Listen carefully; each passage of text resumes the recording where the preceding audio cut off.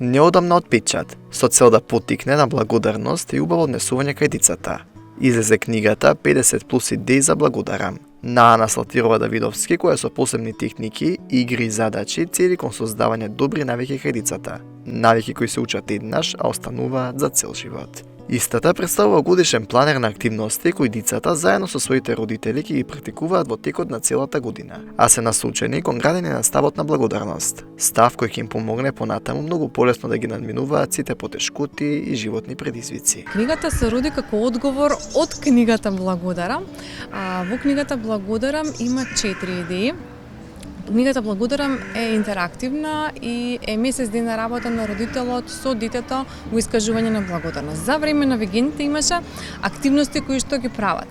И фидбекот што го добивав од луѓето што ја вклучија Благодарам книгата во своето секојдневие беше многу им се свиѓаат игрите. И така настана 50 плюс идеи за негување на ставот Благодарам.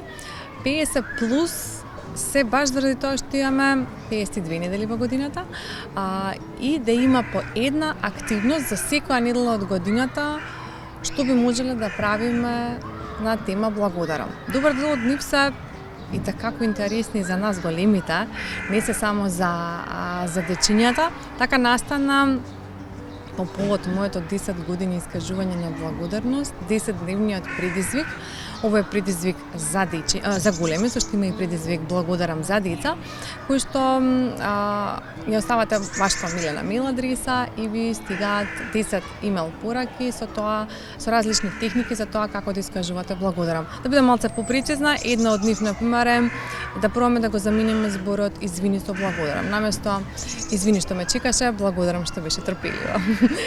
И зашто начинот на кој што зборуваме и начинот на кој што се изразуваме така влие на нашиот мисловен процес. Книгата е наминета за сите возрасти и не постои максимална годишна возраст до која може да се чита оваа книга, бидејќи секогаш е добро да ја вклучиме благодарноста во својот живот, ни сподели Ана во разговорот. Максимално не постои, значи секогаш е добро време да ја вклучиме благодарноста. Јас зашто сум Петрина НЛП коуч и нешто што ме интересира е успешните практики, така да многу често зборувам со луѓе што се 90 плюс, 80 плюс и се уште вителни и активни, кои нивната тајна. Суптилно ако се изгенерира, испаѓа дека и така ако се срекни и благодарни за она што го имаат и животот што го живеат, така да нема лимит горен. Од каде можеме да почнеме? Па од моментот кога ќе почнеме детето да зборува со нас и со кое што може да ни враќа. Дали ќе ги прави идентично добро работите? Апсолутно не. Значи, на почетокот ќе ги прави не толку соодветно, па ќе стане подобро во тоа, па ќе стане подобро во тоа, па ќе стане подобро во тоа. Колку порано почнеме, толку подобро има можност порано да ја совлада таа вештина. А нема ништо поубаво од тоа да речеме едно дете да расте со ставот на благодарам. Замисли кога би влегле во пубертетот со размислување и пристап на благодарност.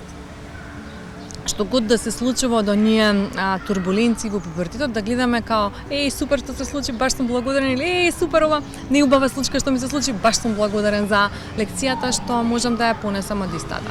Ако на децата им кажеме ајде да бидеме благодарни, како тоа што точно мислиш? И не дека они не го разбираат, него можеби ние големите не знаеме добро да го пренесеме, зашто во голем дел и ние имаме заборавено држање фокус на се оно што не е добро во нашиот живот, на работите што се добри во нашиот живот, па затоа не можеме добро да ги симнеме. Играта е секогаш одличен начин да го направиме тоа. Сега, какви игри има? Има најразлични. Има од помали дечиња, има за поголеми дечиња, има и за поголемите дечиња ги прават работите за ние помалите да бидат интересни. И една работа која што ја добиваат кога ќе се подарат книгата Благодарам како подарок од мене, а тоа се картите Благодарам.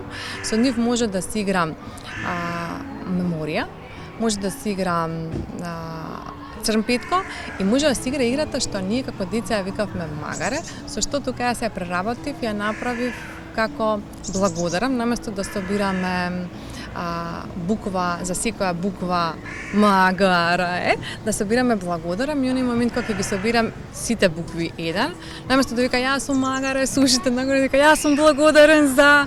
Така да има добар дел од активностите кои што игравме како деца, што се например играта на буквата, така да можеме да играме на буквата зашто сме благодарни. Има, што знам, дрвена благодарност, цветна благодарност, ритуална благодарност. Има средување и чистење со благодарност. Има многу интересни работи, да вистина се забавува во процесот на креирање на книгата. Како минува процесот ми доаѓаат уште идеи, можеки ми продолжение на 50 плюс идеи.